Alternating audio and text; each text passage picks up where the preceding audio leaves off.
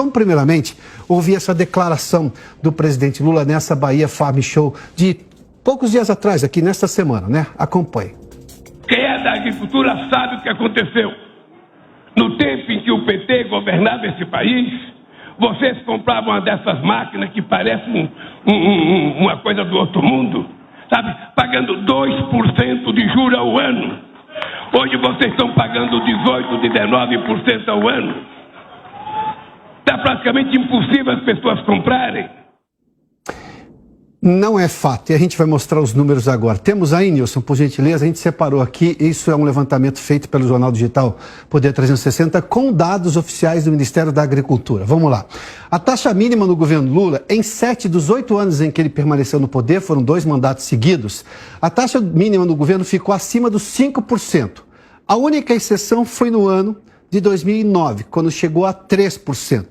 Mas normalmente, ou seja, nos outros 7 anos, ficou acima de 5%. Lá em 2003, 2004, 2005, 2006, 2007, 2008, 2009 caiu para 3%, 2010 subiu de novo muito acima de 5%. Chegou a 7%, 7,5%, para se ter uma ideia, durante o governo Lula. Depois, com Dilma Rousseff, também teve umas altas e baixas, mas muito acima do que se o presidente está dizendo, que era de 2%. Também muito mais alto do que a média também de outros governos. A taxa mínima, na verdade, de juros foi conquistada com o governo Bolsonaro nos anos de 2020 e 2021, que chegou a 2,8% ao ano. Nos outros anos, ou seja, 2019 e 2022, o teto, ou seja, o máximo de taxa mínima, né, daquele valor, 3% ao ano, ou seja, não subia mais do que isso. Foi isso que permitiu que o agronegócio, que hoje dá um resultado gigantesco no PIB do primeiro trimestre, que responde por boa parte da balança comercial brasileira, isso garante um dólar baixo, porque para ter dólar baixo você precisa ter entrada de dólares no Brasil. Por isso que o comércio externo é muito importante. Você vende muito, você exporta muito, entra dólares no Brasil. E são dólares que vão para o setor produtivo, ou seja, de venda de mercadorias fabricadas aqui no Brasil, que geram riqueza aqui no Brasil, que geram impostos pagos ao governo brasileiro. Esse é o agronegócio. Você se lembra que o Lula tem hoje, o presidente Lula tem um conflito com o agronegócio. Se chama de fascista, direitista, como se as pessoas não pudessem ser de direita, como ele é de esquerda. Qual é o problema? E fascismo nós já falamos. O presidente, se um dia ele se dedicar, que seja ali uns 5 minutos para ler o significado de fascismo, ele vai parar de usar essa expressão. Se, obviamente, entender exatamente o que a história diz sobre o que é fascismo. Mas vamos lá. Esses são os dados todos que mostram claramente que o que você ouviu aí nessa fala do presidente Lula lá na Bahia Farm Show é uma frase que não condiz com a verdade. É, de novo, o que se pode chamar de uma narrativa.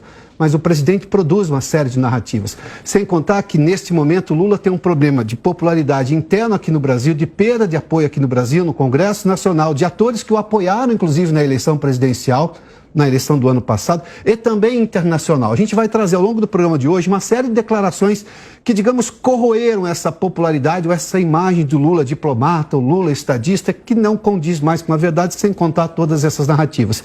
Entre elas, por exemplo, dia 15 de abril de 2003, Lula disse que os Estados Unidos precisam parar de incentivar a guerra. Mais que isso, ele não se encontrou com Zelensky. Ele fez que não estava com o Zelensky. Você se lembra agora em Hiroshima, no encontro do G7?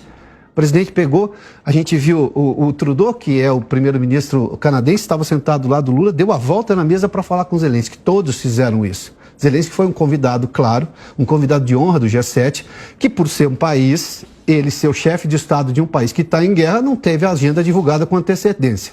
O presidente Lula não fez nem esse esforço. Fez ali que estava lendo papéis, enfim, uma coisa, o que obviamente chamou muita atenção do mundo. Esse foi o primeiro fato que a imprensa internacional